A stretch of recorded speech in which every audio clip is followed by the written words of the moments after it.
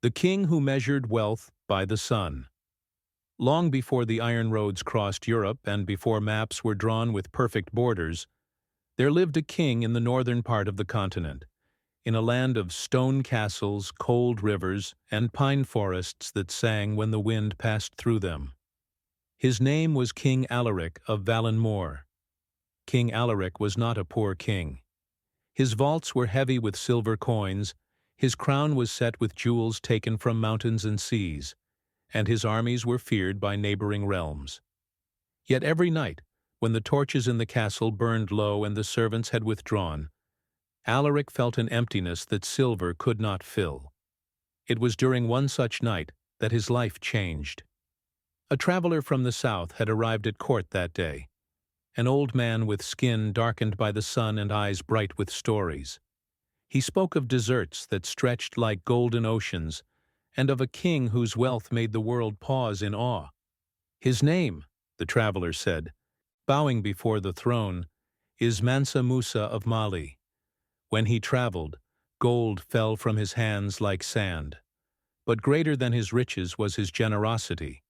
He built cities, fed strangers, and lifted scholars as others lift swords. The court laughed softly, some in disbelief, others in envy. But King Alaric did not laugh. He leaned forward, his fingers tightening around the arms of his throne. That night, sleep abandoned him.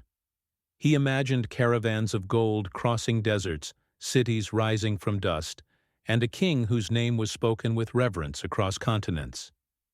Alaric stared at the ceiling of his chamber and whispered to the darkness, "I am a king. Why then does my name feel so small?" From that night on, Alaric became obsessed with the idea of being like Mansa Musa. The hunger for greatness. King Alaric summoned his council at dawn. "I want wealth beyond counting," he declared. "Not only for power, but for greatness." His treasurer, Lord Bram, bowed low. "Your Majesty, our minds are already stretched. More silver means heavier taxes. The people are weary." Alaric frowned. "Then we conquer." The general nodded eagerly, but the court philosopher, Eldric the Grey, raised his staff. "Majesty," Eldric said softly, "Mansa Musa did not become great by taking. He became great by giving." The king waved him away. Gold must come before generosity. And so Alaric marched. He waged wars against smaller kingdoms, seized their treasures, and filled his vaults until the doors groaned under the weight. His name spread, yes, but not as a blessing. Mothers hushed their children with fear when his banners appeared. At last, standing amid mountains of gold, Alaric declared, "Now I am like Mansa Musa." Yet the silence that followed was heavy. The gold did not sing. The people did not rejoice. And the emptiness inside him grew larger. The dream of the desert king. One winter night, Alaric fell ill. Fever carried him into a dream unlike any other.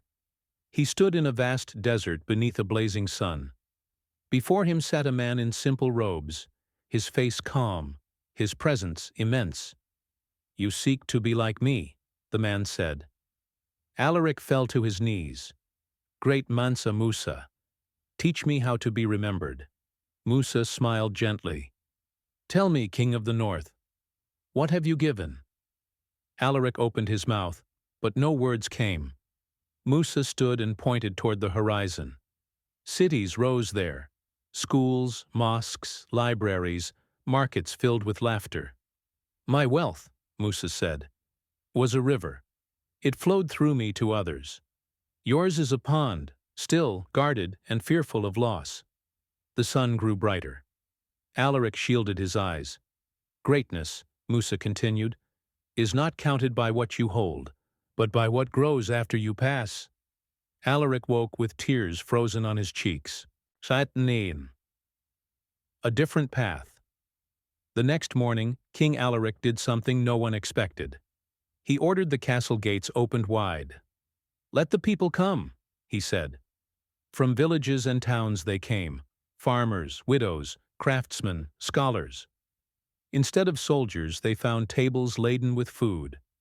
Instead of tax collectors, they found scribes recording names of needs, not debts. Alaric sold half his gold. With it, he built schools where children learned freely, hospitals where no coin was demanded, and roads that connected distant villages. He invited scholars from across Europe and beyond, offering them homes and protection, not chains. When famine struck the east, his ships sailed with grain. When war threatened the south, he paid for peace instead of blood. The people began to speak his name differently. King Alaric the Giver, they called him. The true measure of wealth. Years passed. Alaric grew older, his beard white as snow, his body thinner but his eyes brighter than ever. One evening, Eldric the Grey stood beside him on the castle balcony. "You have less gold than before," the philosopher said. Alaric smiled. "And more riches than I can count." Below them the city glowed. Children laughing, scholars debating, traders singing as they closed their shops. "I once wished to be like Mansa Musa," Alaric said softly. "Now I understand. A king does not need to copy another king. He must learn the truth that made him great." Eldric bowed. "And what truth is that, my king?" Alaric looked toward the setting sun. "That wealth is a shadow, but what you give becomes light." The legacy. When King Alaric died, his vaults were modest, but his kingdom was strong, educated, and united. Long after his crown had turned to dust, travelers spoke of him in distant lands, not as the richest king in Europe, but as the king who learned from Mansa Musa and discovered that the greatest empire is built in the hearts of people. And so his story endured, carried not by gold, but by gratitude.